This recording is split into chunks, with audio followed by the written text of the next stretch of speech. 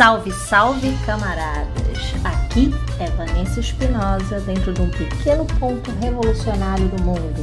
Você está chegando no Ficha da Luta, o lugar onde vai encontrar fichamentos antipatriarcado e anti-imperialista. Viva a revolução! Vem comigo!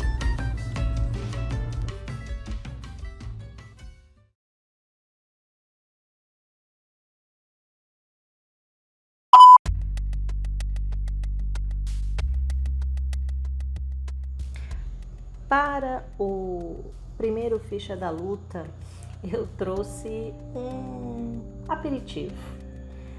Eu tinha muita curiosidade porque tinha lido vários comentários positivos sobre essa obra de JJ Bola, que chama Seja Homem. Justamente fiquei muito curiosa porque queria perceber uma reflexão masculina sobre o tema, né? Dado que estou sempre em um outro patamar de reflexão e tudo mais. Então vou apresentar, para seguir um pouco o roteiro do fichamento, mostrando qual é a obra e quem é o autor. O autor, primeiramente, nesse caso, ele é escritor, poeta, ele é um congolês, educador, só que ele se muda para Londres, né?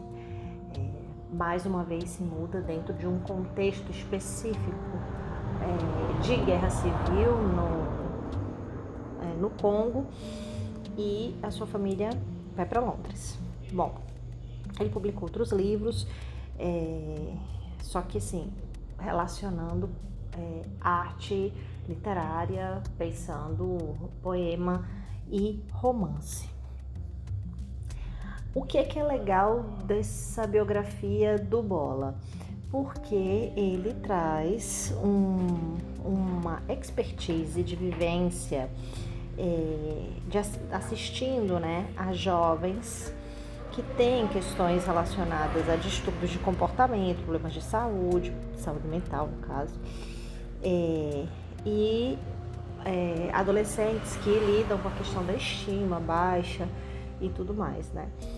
Teve também uma vida esportiva, ou seja, num nicho que se supõe masculino, que seria o mundo dos esportes relacionados também à ascensão na vida escolar e um fortalecimento do grupo na juventude masculino, né? E passou por também, pessoalmente, várias questões que trouxeram ali para sua saúde mental também vários problemas. Então, por isso tudo que essa obra, que é prefaciada por Emicida, também deve ter sua razão de ser, né, e ter repercutido também. Sobre a obra, o título, né, Seja Homem, a Masculinidade Desmascarada, é uma tradução de Rafael Spuda. A editora é a Dublinense e ela está aí publicada desde o ano passado, de 2020. Prefácio do Emicida, ele também, o Bola traz uma introdução, e fora isso ele divide o livro em 8 capítulos e uma conclusão. Fora isso, ele também tem um apartado sobre referências e indicações, além da biografia dele ao final da obra. Eu acho que nessa coisa da Dublinense faltou um trabalho de revisão um pouco mais criterioso, a não ser que houvesse aí uma tentativa de escrita que aproximasse, né? Aproximasse do público-alvo dele. Então, essa discussão aqui do Seja Homem, ela está em uma narrativa ali muito para adolescentes, jovens, pessoas que, como ele mesmo justifica, não tem com quem conversar, então o público juvenil estaria realmente bastante acessível esse livro.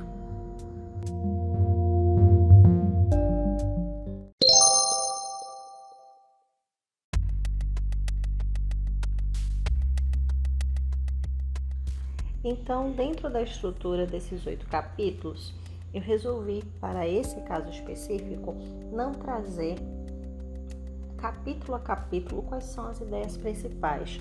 A obra é relativamente curta.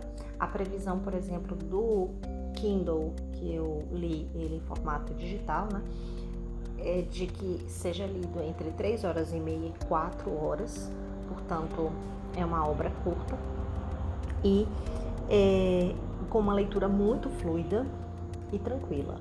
O objetivo principal do autor é trazer uma aproximação de quem quer pensar ou sente que tem alguma coisa errada com essa pressão pelo Seja Homem. Então, ele, com essa vivência que eu já expliquei na pequena biografia dele, acaba trazendo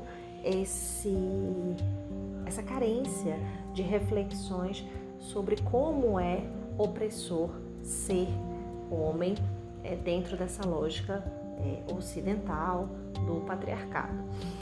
Bem, uma coisa também interessante da obra, né, além do seu tamanho, número de capítulo e o objetivo central dele, que é trazer essa conversa franca sobre masculinidade no nosso tempo, é que ele não está falando apenas do ponto da vivência.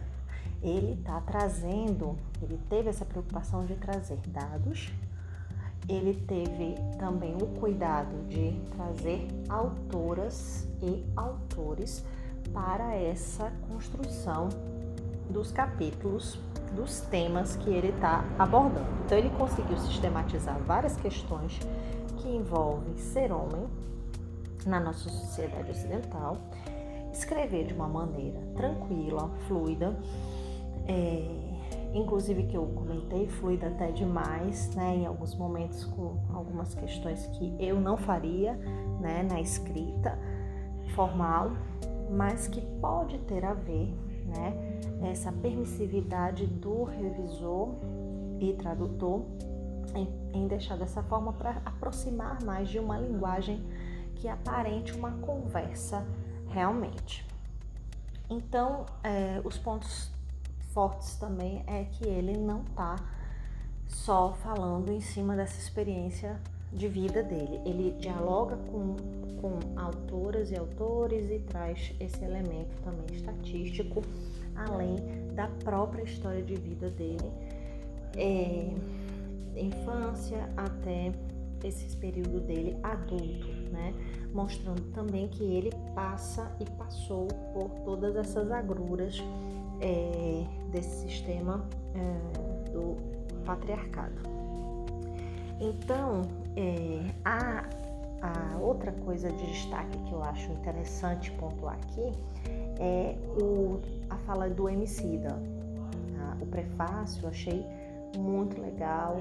Emicida vai não só mostrar que tem uma contribuição, o trabalho do Bola, claro, o papel dele, mas as próprias reflexões que ele faz sobre a importância de que exista alguém preocupado ou que escreva sobre o tema. Portanto, tem várias citações interessantes do próprio Emicida, mas algumas coisas eu vou deixar aqui como referência do próprio autor, né, para valorizar esse processo dele. Então, abre aspas.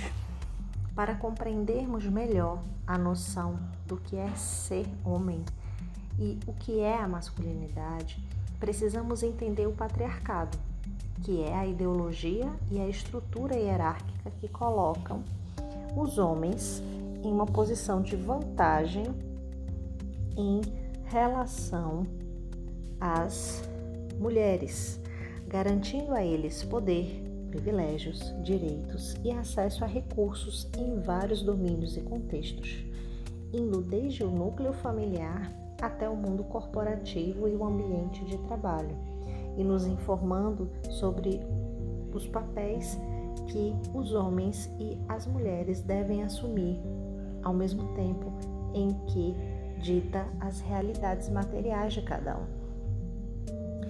Portanto, logo aqui, no início da obra, ele lembra pra gente da essência do nascedouro dessas questões no capítulo Sem Máscara, o que significa ser um homem. É muito interessante porque, ainda que ele traga uma linguagem bem tranquila, bem simples, ele está se ocupando de deixar a matriz do problema clara para essa pessoa que vai estar lendo, né? E eu imagino que ele sempre esteja pensando que são os homens, né? Que vão estar ali como interlocutores dessa obra. Mais do que essa consciência, tem inclusive momentos na obra em que ele vai dizer, escrever explicitamente isso que eu estou a comentar, né? Que é a questão da mulher estar lutando num feminismo que não deveriam estar sós, né? Mas que das melhores propostas que podem existir é de um feminismo que todos sejam feministas, né? Que todos possam aderir ao feminismo como uma das melhores possibilidades de um viver melhor. Um outro trecho que eu vou destacar aqui, ainda nesse macrotema do patriarcado, é quando ele comenta, abre aspas, porque os homens são ensinados a usar uma máscara, uma fachada que, desde muito cedo, encobre como estamos nos sentindo de verdade, que oblitera nossas questões internas, porque a sociedade é, em geral, patriarcal, no sentido de favorecer os homens para que eles ocupem posições privilegiadas. Fecha aspas. E aí, depois de algumas páginas, quando ele está falando no capítulo Homens de Verdade, Mitos da Masculinidade, ele vai trazer, abre aspas, não existe homem de verdade. Esse homem de verdade, entre aspas. Essa expressão, em sua própria estrutura, é 100% baseada em ideias patriarcais que somente reforçam a expectativa sobre como os homens devem ser e agir. Fecha aspas. E aí depois vai trazer alguns elementos que vão confirmar essa consciência em torno dos privilégios que o ser, né, homem traz. Então, essa consciência também é muito interessante a gente revelar aqui como um trabalho que ele vai mostrando, e eu não vou dar aqui todos os exemplos, como ele vai mostrando que isso se implementa na rotina, nas estruturas, desde a estrutura da vida que ele tem, como as estruturas realmente macro, né? E um outro aspecto que vale a pena destacar é a questão da censura, né? Em relação às possibilidades de expressão dos sentimentos que são tagados como femininos. Então, o choro, ou não aceitar denunciar algum tipo de agressão se foi feita por mulher, porque isso, enfim, é humilhante. E esse tipo de assuntos, né, ele também vai deixar bem claro como algo que está dentro dessa expectativa do seja homem. Inclusive, longamente ele fala sobre o termo, né, seja homem de verdade, né? Então passa pelo o não chorar, mas também passa pela aquiescência social de que essas pessoas, por serem homens, lhes é permitido algumas ações de disputa, de violência entre si e, enfim, todas as questões relacionadas ao que é ser de menino, desde a infância, vai conformando essa naturalização do que é ser homem / violento / dono também do mundo. E aí isso vai incidir também em todas as questões relacionadas a assédio, a violência contra a mulher, porque há, como ele mesmo coloca, uma retirada das responsabilidades desses homens ou dos homens, deixando claro que os meninos são assim mesmo, mas não é essa mesma história que é contada com as meninas, incluindo, aí ele explica a questão da prática sexual, de ter aí uma vida sexual ativa desde muito cedo, como se isso fosse algo que desse uma confirmação dessa masculinidade, de que ele é homem, enquanto se isso acontece com as meninas, as tags são totalmente diferentes.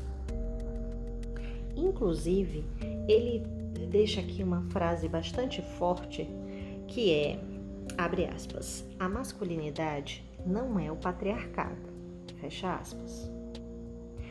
Portanto, o que ele está querendo aqui trazer com isso? Então, masculinidade não é o patriarcado. Então é o quê? Isso é muito valorizante pensar a partir dessa lógica, porque ele está querendo discutir, ou pelo menos entendo dessa forma, que o patriarcado que é a estrutura que oprime, que é ele que coloca esse domínio de um gênero ou de um ou outro gênero, né, inferior a um, que seria o gênero masculino. Então, a gente precisa entender que ele está pensando que, graças a essa estrutura do patriarcado, que a gente tem uma relação, vamos dizer assim, complicada. A vivência dele vai mostrando isso, porque é graças ao patriarcado que a gente tem essa opressão de um gênero sobre outro ou sobre outros, e isso obriga, isso conforma, isso, vamos dizer assim, cria um protótipo do que seria uma masculinidade ideal. E assim, faz sentido quando a gente vai pensar que essas construções, e aí eu não sei se a pessoa que for ler vai ter toda essa carga de leitura, né? Mas pensar que pelo menos a masculinidade hegemônica, pensada dentro desse patriarcado, está realmente...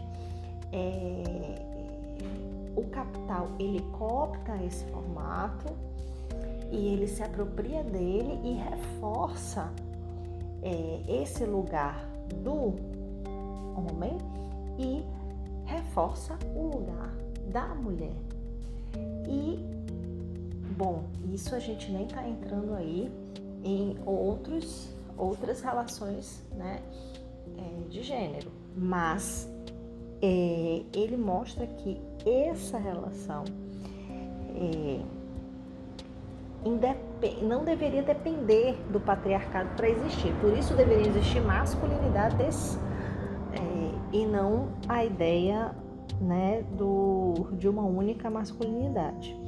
Mas é graças a essa forma hegemônica de masculinidade que existe essa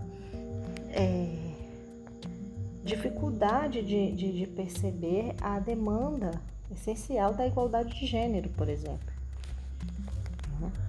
E ele escreve um negócio bem legal aqui, que é justamente pensar a igualdade de gênero não apenas como ferramenta de sobrevivência, e sim como um impulso para a prosperidade. E aí, fecha aspas.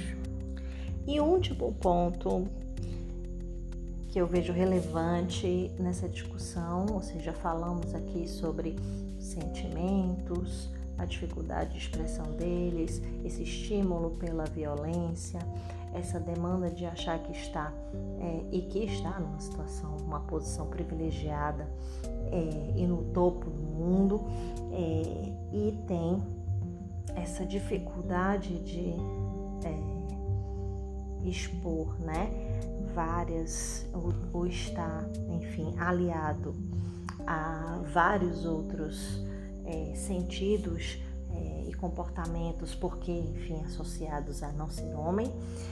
E, por fim, tem a questão, uma última frase aqui que eu acho relevante destacar, que ele diz, abre aspas, a agressividade masculina é também uma performance, fecha aspas.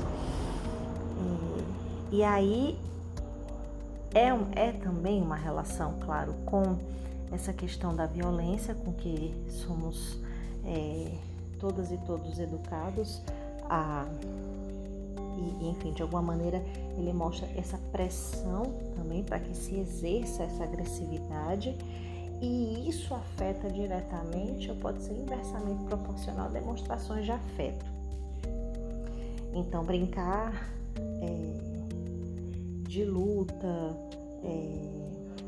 ou, enfim, né, agredir o irmão, ou o amigo, ou o melhor amigo, poderia ser entendido como inversamente proporcional ao afeto, mas a depender, nesse universo masculino, poderia ser exatamente o oposto, né? Uma demonstração de amizade, de muita aproximação e de respeito, né? E aí tem uma consequência que é a não intimidade. E aí, como você não consegue ter intimidade para expressão ou para ter alguém que realmente você possa falar se você está mesmo bem ou não, gera mais um problema que vai estar relacionado a homens de verdade podem falar ou expressar o que estão sentindo, ou seja, volta aí meio que toda a cadeia que nós estamos falando, e termina com a questão da reflexão sobre a saúde mental e os índices de suicídio em relação aos homens. E aí ele traz os dados estatísticos sobre isso, mostrando como é angustiante toda essa estrutura que é bastante opressora. Abre aspas.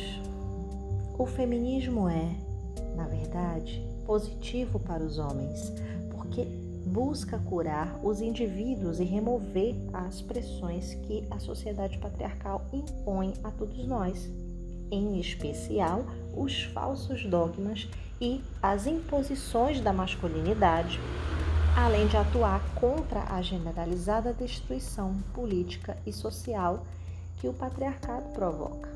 Uma destruição que potencializa os casos de colapso mental e que amplamente se relaciona com a proporção alarmante de suicídio entre homens. Fecha aspas.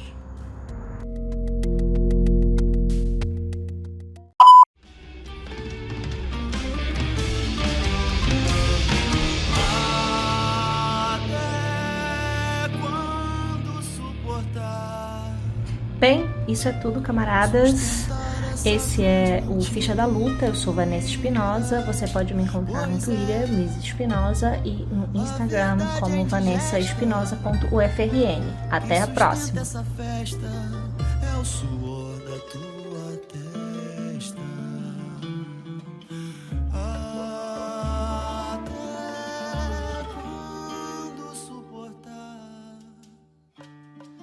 Sustentar essa